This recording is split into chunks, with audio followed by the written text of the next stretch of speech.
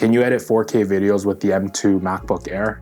That's what we're going to unpack in this video. With Apple just announcing the new M3 chips for the iMac and MacBook Pro, you might be wondering if the M2 chips are still good enough for editing, especially since the MacBook Air didn't get the M3 love. There are many reasons why people might want to opt for the MacBook Air over the Pro. It's obviously much cheaper, but cost aside, the MacBook Air is thinner, it's lighter, and it's quieter since there's no built-in fan. It's pretty clear that the Air wasn't intended for heavy lifting. Compared to the Pro, there's one less Thunderbolt port, there's no HDMI port, there's no SD card slot, and of course, inferior performance. So comparing the Air to the Pro doesn't make much sense. But they're for different people for different use cases. But what if you edit videos? Whether you're just editing videos for general content creation or if you're doing it professionally, editing videos is a very resource-intensive task. If you are getting paid for video editing or even photo editing, straight up get the Pro. It's not even a discussion.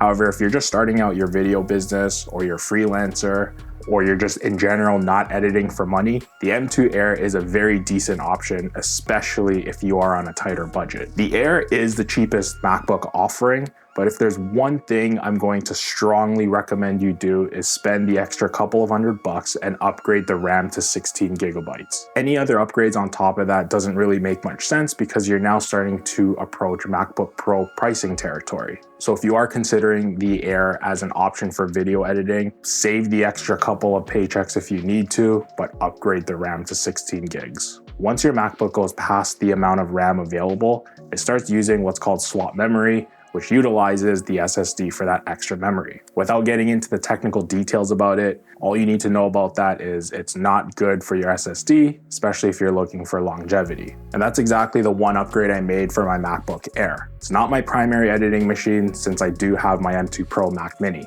The reason why I even picked up this MacBook was so that when I'm doing other tasks, such as more of the business side, the admin side, I'm responding to emails, I'm invoicing clients or researching, I'm not always strapped to my desk, and so I have the option to move freely and work anywhere. But here's the thing, if I knew I wasn't going to be editing videos on this machine, I wouldn't have upgraded the RAM and just left it at the base 8 gigs, since that should be more than enough for just general documentation, admin work, and content consumption. But I wanted the flexibility knowing that my MacBook was also a capable video editor if I needed to edit away from my desk. So what I would generally use this for in my workflow is, let's say I'm starting off a project and I'll do the initial cut, the initial edit, just very basic light editing tasks.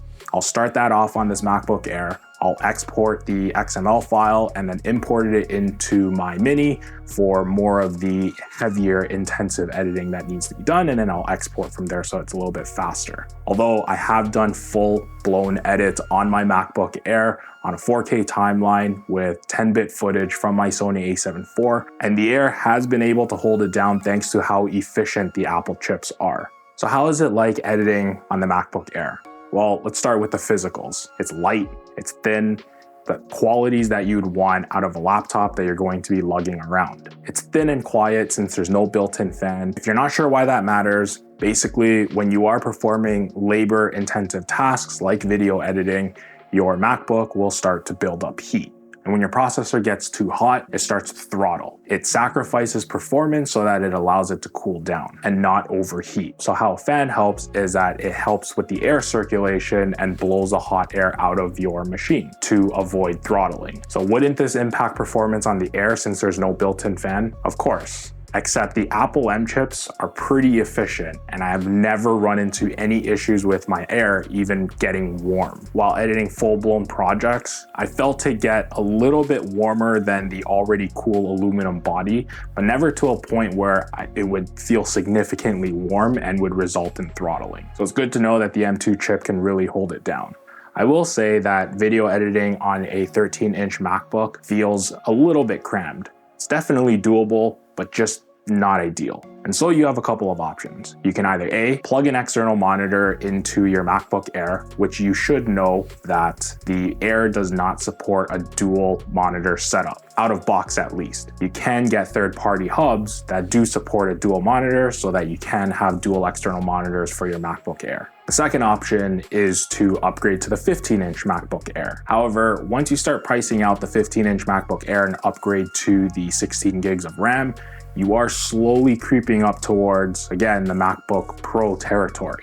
For the extra few $100s, there are some gains and there are some drawbacks. So you're getting all the proness like a better screen, an HDMI port, that extra Thunderbolt port, an SD card reader, slightly better performance from the M3 over the M2 chip, and more base storage. However, a few of the drawbacks of going with the Pro is that you're getting a slightly smaller display at 14 inches versus a 15-inch MacBook Air. It's heavier, it's thicker, and of course, a little bit more expensive. All right, let's get into the performance of it while video editing. Overall, it's smooth. It gets the job done, and it just goes to show how powerful and efficient these Apple M chips are. I rarely experienced any frame drops or stuttering, and if and when I did, it was usually right after throwing the clips onto the timeline and immediately start scrubbing. It just needs a moment to catch up until all things go smoothly after that. Same thing goes for when I throw on multiple clips on top of each other. It just feels like a step or two behind my M2 Pro Mini, but I wouldn't say it's unbearable. In regards to export times, all I can really compare with is my Mini. On the Mini, we already know that the performance is smooth while editing. I put out multiple videos on how the M2 Pro Mini performs with each video editing software, so go ahead and check those out if you haven't for a more in-depth review of what you would expect out of it while video editing. But for the sake of this video, we'll just go over to the Mini and we'll set up the exact same project that we can test on there against the M2 MacBook Pro. I'm just throwing a bunch of clips from my A7 IV onto this timeline. You can see that throwing it on is smooth, scrubbing is smooth, there's no frame drops, there's no stuttering whatsoever. Make some cuts, I'll layer some of these clips on top of each other, throw on a correction, some grading, finally throw in a music track. This video is just under 7 minutes long, so 6 minutes and 46, and let's go ahead and export. I didn't want to screen record while exporting because screen recording actually does impact the performance while exporting. It exported this video in exactly 2 minutes. The clips are all stored in a Samsung T7 SSD drive, and what I'm going to do is the exact same thing on my MacBook Air off of this exact same SSD. So let's see how it performs there. So on the Air, performance is just as smooth in this test.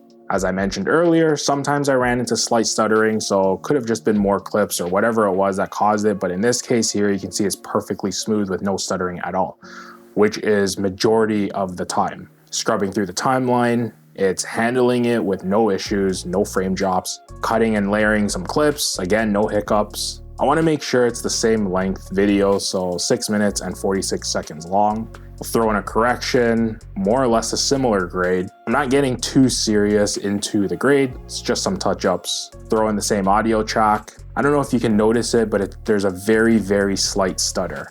It's barely even a stutter, it's just trying to catch up for a fraction of a second.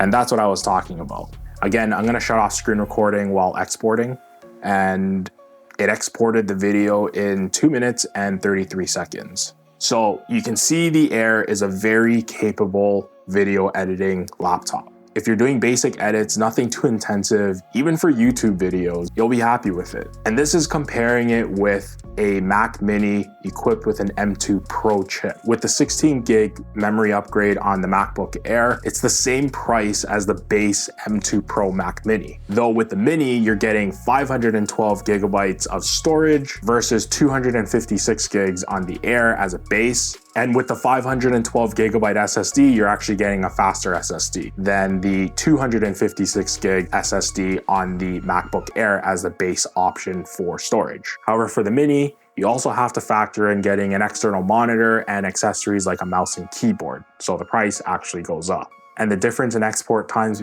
between these two chips and these two machines was only half a minute long. Again, as long as you're not doing heavy, intensive editing tasks. If you're doing basic editing, this is a really good option. If you're like me, who might occasionally edit on this machine, then it's a great option to have as a backup machine for editing, especially on the go. With the new M3 chips that were just announced and for the iMac and the MacBook Pros, the MacBook Air, along with the Mac Mini, with the M2 chips are not outdated yet. And with M3, you're only getting slightly better performance over the M2. I would say the M3 chips are a more significant improvement over the M1, but in the event, they emphasized how much of a bigger upgrade it was from the Intel chips. Let me know down in the comments if you're thinking of getting the M2 MacBook Air, or even if you're gonna wait for the M3 Air. I would love to know what you guys are thinking. If you found this video helpful, please give it a like, subscribe to the channel so that we can continue to grow this channel and community together. Thanks for watching.